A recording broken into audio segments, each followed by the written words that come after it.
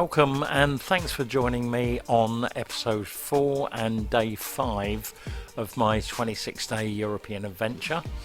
I woke early around 7 a.m. and getting out of bed, my body actually reminded me that I'd spent 9 hours in the saddle the previous day. However, after a hot shower and copious amounts of coffee, I was good to go. However, I had noticed a telltale knocking sound when I actually arrived the night before from the bike. Now, she tends to actually get that when she's actually due an oil change. Despite having actually had this done just before leaving in the UK, the signs were there. Although logic told me it was too soon, and the bike was actually sounding fine in the morning, I decided just to see how it went throughout the day. So keen to get back into the Pyrenees, I mentally set a route to the walled city of Ainsa, this time just a mere 5.5 hours away.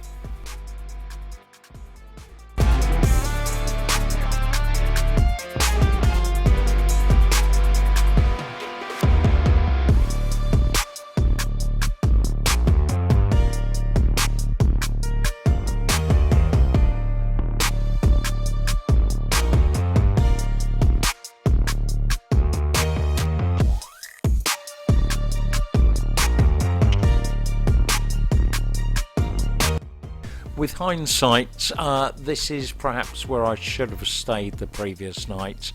Puigcerda really wasn't touristy at all, and even to the extent that in the local bar come restaurant, which I tried to actually get a meal in before electing to go back to the hotel with some shop bought food. I was actually overlooked not once but twice by the bar staff in favour of the locals, which, you know, you can sort of understand. First time I thought okay, second time I just thought that's bloody rude, so I just went off to the shop.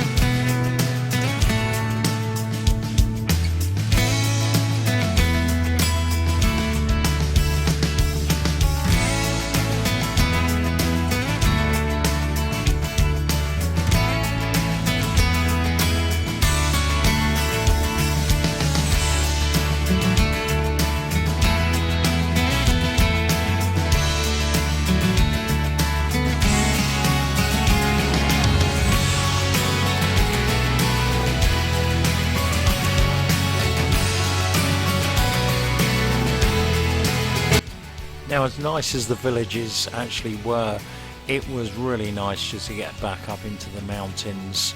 I say fresh air, the temperatures were around about 37 degrees at this point. So yeah, not uncomfortable, but also it took a bit of getting used to, having arrived at sort of 10-11 degrees just 5 days ago. Now, throughout my journey, I actually kept a daily log, a diary of temperatures, thoughts, also just accommodation, etc. Hence the reason I'm able to actually start quoting temperatures. This is produced retrospectively, as I say, never intended to produce a YouTube video, so this is the first attempt. Now, if you do like what you actually see, would appreciate just a like. If you want to see a bit more, then perhaps actually go on and subscribe. Unfortunately, the bike was still sounding a bit lumpy and not as it actually should. Nothing to be overly concerned about, but there again, with Rose actually due to join me in a couple of days' time when I pick her up in Bilbao, I just really wanted to make sure that we weren't going to have any issues while she was actually on her holiday. She only gets a week, so last thing we want is to be faffing about trying to get oil changes. So decision was made that when I was able, I would actually get the oil changed.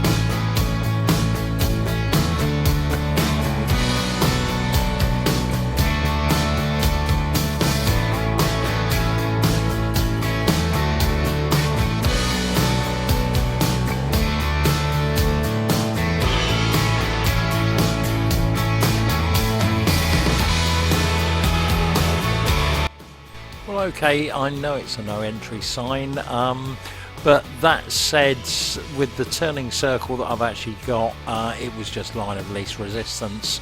Just had to pull over and actually admire some of the scenery from this vantage point, and bearing in mind that, you know, it was so hot, I just needed to pull over, take my jacket off for a short while and actually have a bit of a cool down.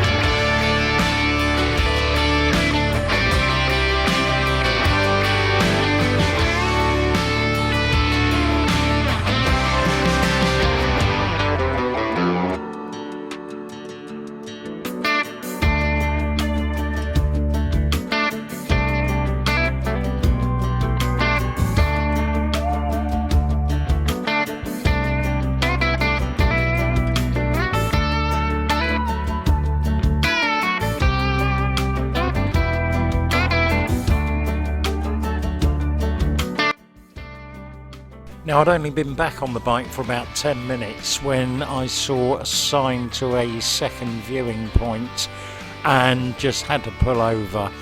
Now, I've actually brought two cameras with me. There's the DJI 5, the Action 5, which is fixed to the front of the bike. This is footage from the GoPro 9, but just to stop, enjoy this scenery. You can see from the photographs, absolutely magnificent, and what an opportunity. I really do feel just so privileged to have been able to actually make this trip.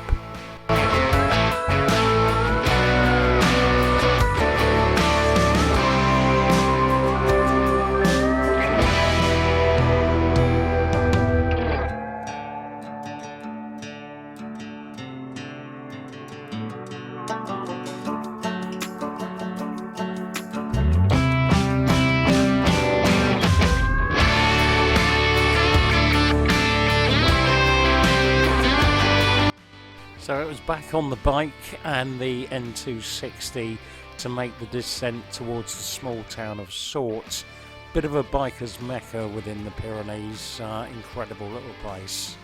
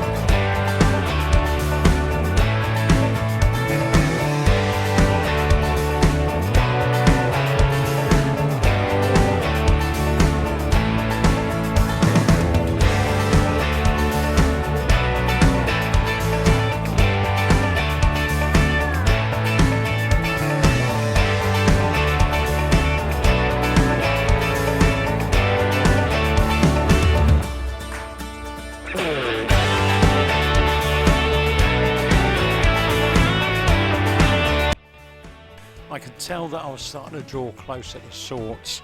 As I approached, the bikes actually started to appear, just ones and twos to start with, but soon their numbers actually grew and started to thicken. With beautiful clear skies and temperatures around about 36, 37, I've been so lucky so far on this trip. And to be honest, I was ready to actually stop, pull in and find one of the cafes actually in sort. A cold beer ranking high on my agenda as my first to do.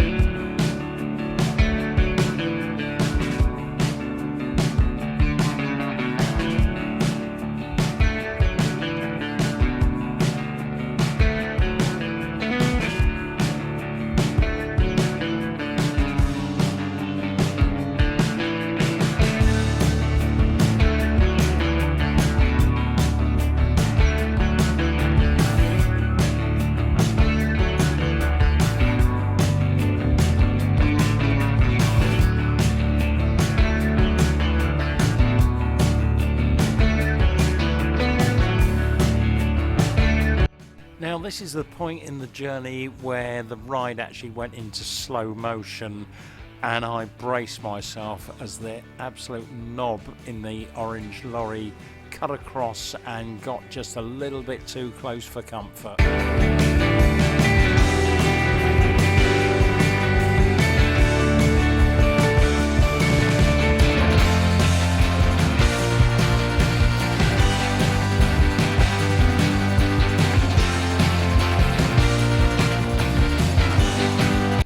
Now after that, I must confess I actually had to pull over and just take a moment, just remind myself to breathe again.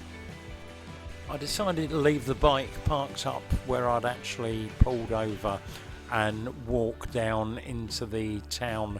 I say walk down, it was probably about 200 yards, the main high street actually running through sort. Find a bar, get a nice cold beer and just do some people watching.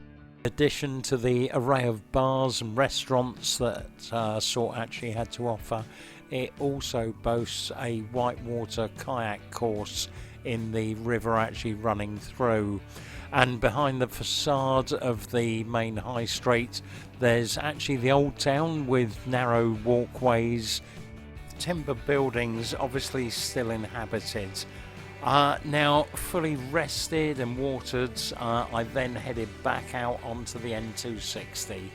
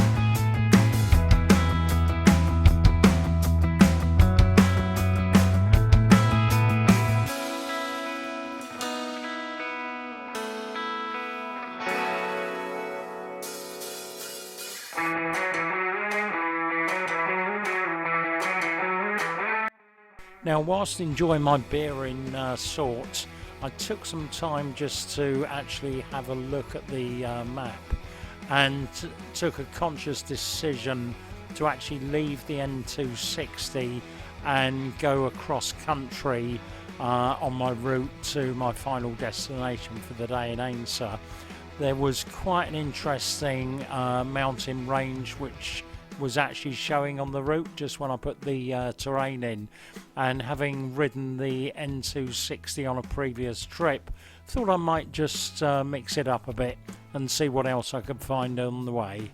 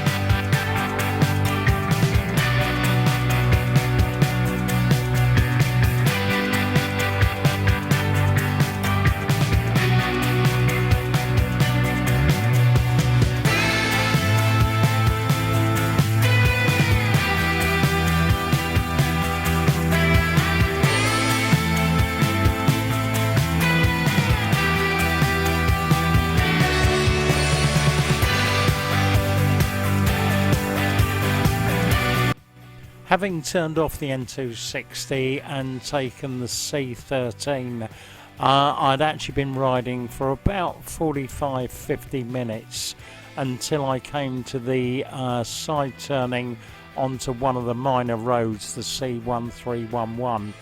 This is actually where the mountain range was showing up ahead, and boy, I was not disappointed.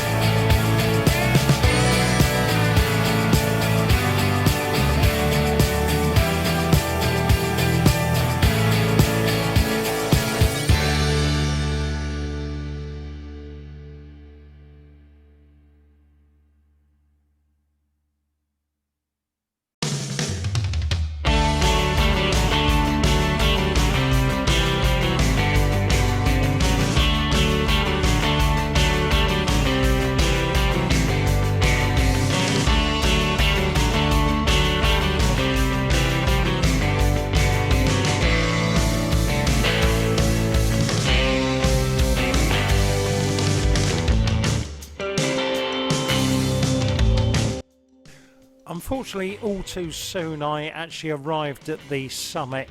The road up have been absolutely incredible. Gave off some really nice views, but nothing had prepared me for the view when I actually reached the summit, just over 1,000 meters above sea level. And it was definitely worth the climb. It was worth the detour. As I say, I've done the N260 or the particular part of it previously. This for me was totally new, and yeah, definitely well worth the effort, worth taking that extra detour just to try and find something new actually en route.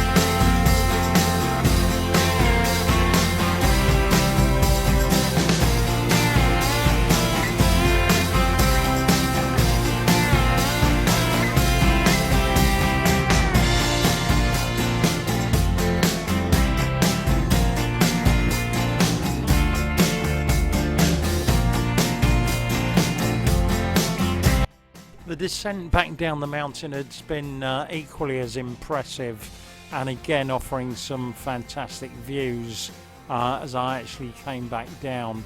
Now, it was at this point when I actually rejoined the N260 and then followed the road through to Ainsa. This section of the N260 not as impressive by any means as the previous parts, but it was a means to an end, and it wasn't long before I reached the walled city of Ainsa. Unfortunately, the knocking noise had actually returned, and it now became apparent that a oil change was definitely needed, but I'd tackle that in the morning. It was about 6 p.m. when I finally reached my destination of Ainsa, and all I can say is wow. Just a absolutely incredible place, and full of loads of character, ancient history, cobbled streets, incredibly quiet.